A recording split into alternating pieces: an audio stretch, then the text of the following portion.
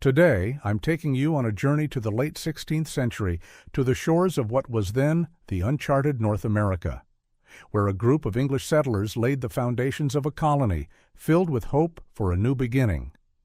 But within just a few years, that colony disappeared without a trace.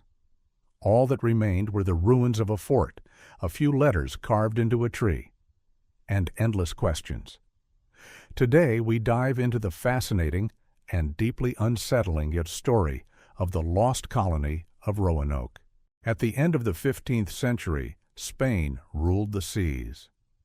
Its colonies in the Caribbean and South America were growing rich, while England was still searching for a foothold in the newly discovered world. In the year 1585, a nobleman and adventurer named Sir Walter Raleigh received a charter from Queen Elizabeth I to establish a colony along part of the eastern coast of North America. He named the region Virginia in honor of the Virgin Queen.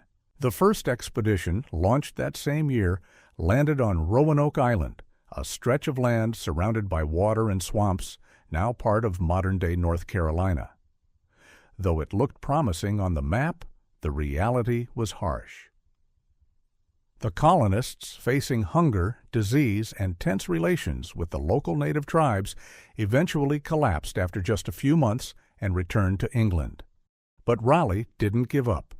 2 years later, in 1587, a second expedition set out. This group was different. It included families, women, and children. Their goal was not just to survive, but to build a true home. Leading them was a man named John White, a skilled cartographer, painter, and a devoted father. Among the colonists were his daughter Eleanor and her husband, Ananias Dare.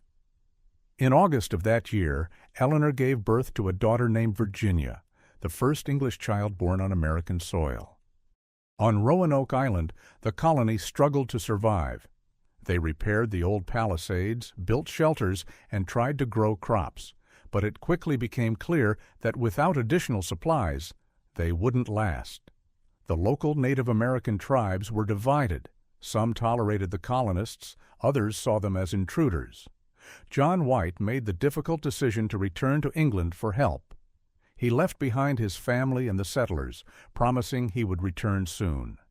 But that soon turned into a long delay.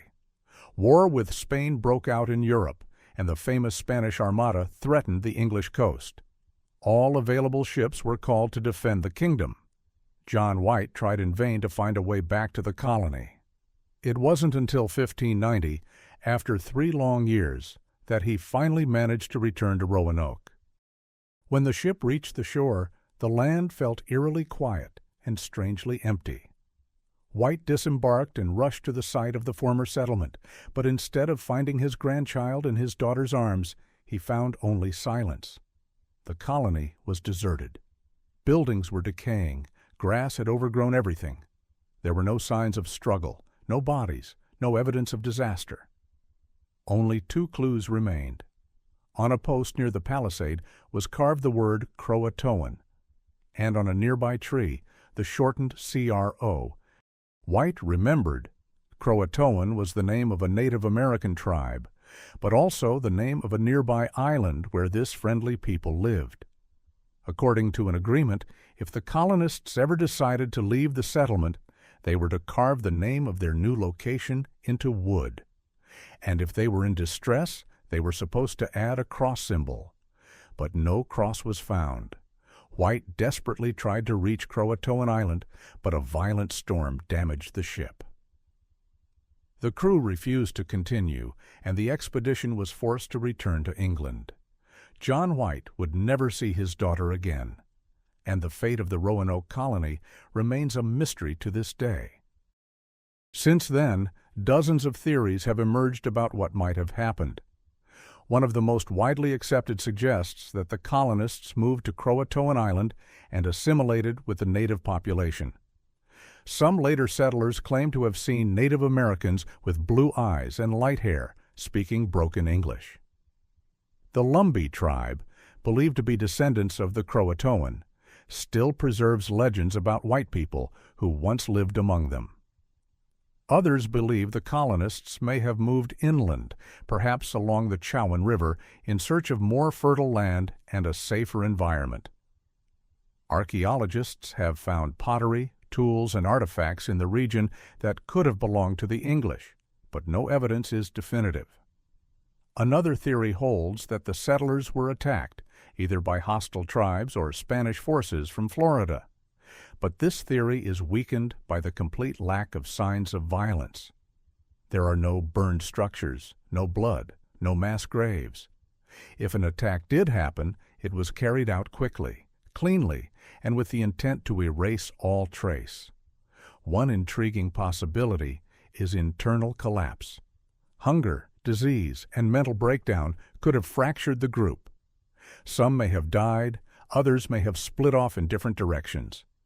Faced with extreme conditions and total isolation, the colony may have simply faded away, quietly and without witnesses.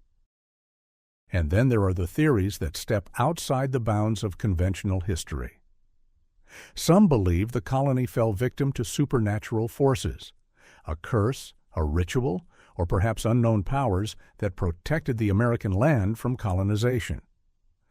Others imagine even wilder possibilities, like alien abduction or a time loop that erased the colony from existence entirely.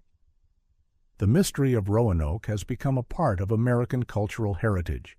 It appears in books, films, and television series, from modern horror stories to documentaries and even children's tales. What fascinates us most is what we still don't know, that even after more than 400 years, we still can't say what happened to over 100 people, men, women, and children, who left their homes and crossed an ocean, hoping to build a new life. Archaeologists, historians, and volunteers continue the search for answers. In recent years, excavations at a site called Site X have uncovered fragments of English pottery and other artifacts that may have come from Roanoke. But even here, nothing has been definitively proven. The lost colony still seems to mock us from behind the curtain of history. Perhaps one day we'll learn the truth. Perhaps not. But one thing is certain: the story of Roanoke is both a warning and a reminder of how fragile human dreams can be and how even the strongest determination can vanish into the shadows of time.